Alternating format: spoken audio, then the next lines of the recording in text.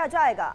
तो बड़ी खबर आप तक पहुंचा रहे, दोपहर 2 बजे के करीब INDIA गठबंधन दलों की बैठक होगी। दिल्ली बिहार की लोकसभा सीटों पर हो चुका मंथन, तो ये बड़ी खबर आप तक पहुंचा रहे हैं। आपको बता दें कि आज एक बार फिर से महत्वपूर्ण बैठक होने जा रही है। 2 बजे का वो समय है, हर किसी की उस पर नजर रहने वाली है। दोपहर 2 बजे के करीब इंडिया गठबंधन दलों की बैठक होने जा रही है। हालांकि आपको ये भी बता दें, इससे पहले दिल्ली और बिहार की लोकसभा सीटों पर मंथन हो चुका है। अब जो बाकी की जगह है उनको लेकर रणनीति बनाई जाएगी, सीट शेयरिंग को लेकर बातचीत होगी, चर्चा होगी और मंथन किया जाएगा।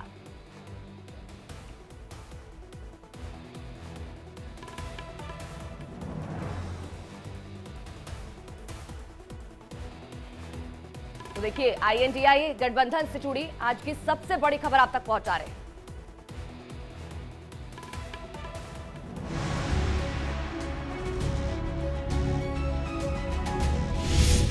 चौबीस की तैयारी, कांग्रेस से राजकुमारी।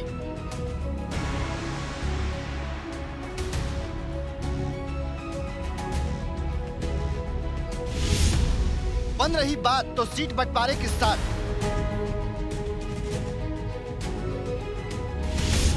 बिहार दिल्ली के बाद महाराष्ट्र पर चर्चा।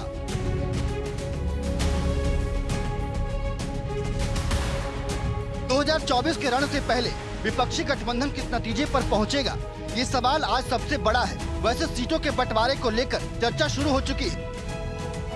बिहार और दिल्ली की लोकसभा सीटों के बंटवारे पर मंथन करने के बाद अब महाराष्ट्र का नंबर आ गया है। वैसे एक बार महाराष्ट्र पर पहले भी चर्चा हो चुकी है। एक तो कंफ्यूजन शायद आपको लग रहा हो, हमें इंटरनली कोई कंफ्यूजन नहीं है। एक 15 दिन पहले दिल्ली में माननीय सोनिया जी, माननीय उद्धव जी और आदरणीय पवार साहब की एक मीटिंग हुई थी।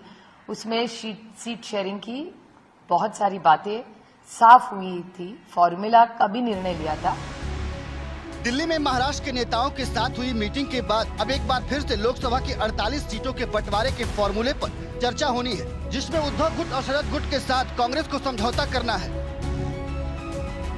कोऑर्डिनेशन कमेटी इंडिया गठबंधन की बनी हुई है, उसमें सारे घटक दल के लोग हैं। वो हाईएस्ट डिसीजन मेकिंग बॉडी है इंडिया गठबंधन की। और उसके अलावा भी जो कांग्रेस ने बॉडी बनाई है 5 लोगों की अलायंस पे बात करने के लिए, उसमें हमारे 2 पूर्व मुख्यमंत्री हैं, मुकुल वासनिक जी हैं, सलमान खुर्शीद जी हैं, मोहन प्रकाश जी हैं। ये हाई पावर्ड एक कमेटी है। सीट शेयरिंग के फॉर्मूले पर उठ रहे सवालों के बीच इंडिया गठबंधन क्षेत्रीय छत्रपों के साथ चर्चा कर रहा है। इस पर मंथन कर रहा है कि कौन किस सीट पर बीजेपी के खिलाफ मैदान में उम्मीदवार उतारेगा। पर बीजेपी की तरफ से केंद्रीय मंत्री गिरिराज सिंह ने कांग्रेस पर तंज कसा है।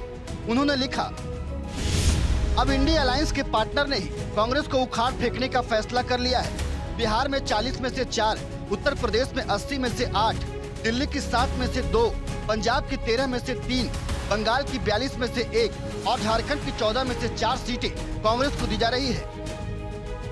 वैसे कांग्रेस अपनी ताकत और कमजोरी दोनों को पहचान रही है। शायद इसीलिए क्षेत्रीय दलों से हाथ मिलाने का रास्ता अपना रही है। इस पूरी कवायद के बीच यूपी में इंडिया गठबंधन में शामिल समाजवादी पार्टी तैयारियों में जुटी हुई है। इस पर मंथन कर रही है कि किसको कहां से उम्मीदवार बनाना है। शायद इसीलिए जब अखिलेश यादव से सवाल पूछा गया कि अफजाल अंसारी को क्या समाजवादी पार्टी टिकट देगी, अफजाल अंसारी के बेटी की शादी में जिस तरह से पूरा समाजवादी पार्टी का कुनबा वहां मौजूद था, तो ये राजनीतिक गलियारों में ये चर्चा है कि अफजाल अंसारी को गाजीपुर से समाजवादी पार्टी टिकट देगी। इस पे कितनी सच्चाई है सर? देखिए, सच्चाई और हकीकत में कोई फर्क नहीं। जो आप सोच रहे हो वही बात है। सर राम मंदिर से लड़ेंगे अफजाल अंसारी? सही नहीं, अभी तय होना है आने वाले समय में, लेकिन जो आप कह रहे हो सच और हकीकत में कोई ज्यादा फासला नहीं है। ये संभावना है कि अफजाल अंसारी समाजवादी पार्टी के टिकट पर चुनावी मैदान में आ जाए,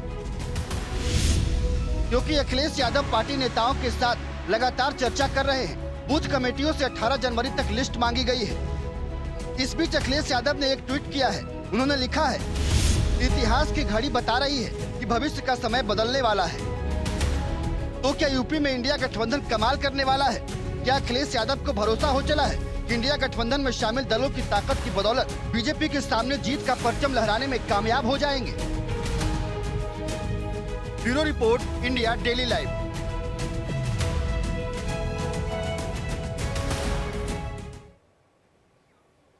और वहीं लोकसभा चुनाव से पहले अखिलेश यादव का बड़ा वादा, ये बड़ी खबर आप तक पहुंचा रहे हैं। INDIA